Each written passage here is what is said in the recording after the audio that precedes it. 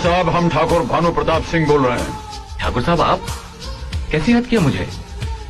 हमारे कस्बे में बने आपके थाने के इंस्पेक्टर साहब हमें कानून पढ़ा रहे हैं। आप थाने से बोल रहे हैं? जी हाँ, बदकिस्मती से। ठाकुर साहब, फोन इंस्पेक्टर को दीजिए।